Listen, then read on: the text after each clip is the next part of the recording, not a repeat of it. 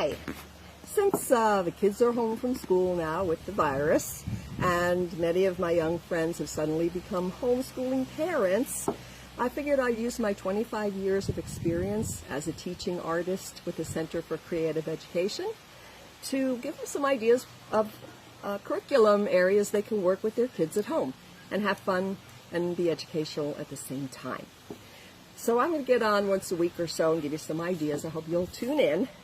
Our first project comes from a kindergarten class that I taught as the kids were learning about living versus non-living things. And my first project was a pet rock to demonstrate, obviously, non-living things. So what you can do is go for a walk in your neighborhood or even in your own yard and try to find some stones that are nice and smooth and might make a nice pet. You can wash them off real good. And then just with some simple materials we have around the house, let's turn it into our pet. I like to use tacky glue because it holds things in place, but if you don't have that in your house, you can use Elmer's glue, you can use hot glue as long as you do it for your child. And so let's start by giving our pet rock some eyes. There we go. And I always keep these little, I call them treasure boxes for my students, just filled with all kinds of little doodads, and they love choosing from them to come up with some cute ideas for their projects. So I'm going to give my pet rock a little bit of yarn for hair. Whoop! Starting to take shape already.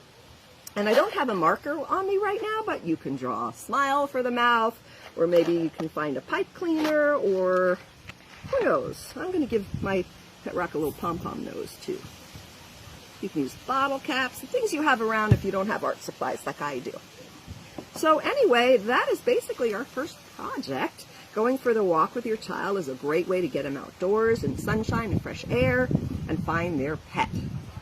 Here's some examples I got off the internet to show you some other ideas of simple pet rocks you can make. And then this is one of my students. I have her covered up there for privacy purposes, but she came up with that color on her own. She took a marker, and I don't even know how she got that whole white rock covered in pink, but I loved it. So that's my first idea. See if you can try this with your kids, have some fun, and when I see you next time, I'll talk about what I did for my project on the living things and what they need versus our non-living pet rock. See you next time.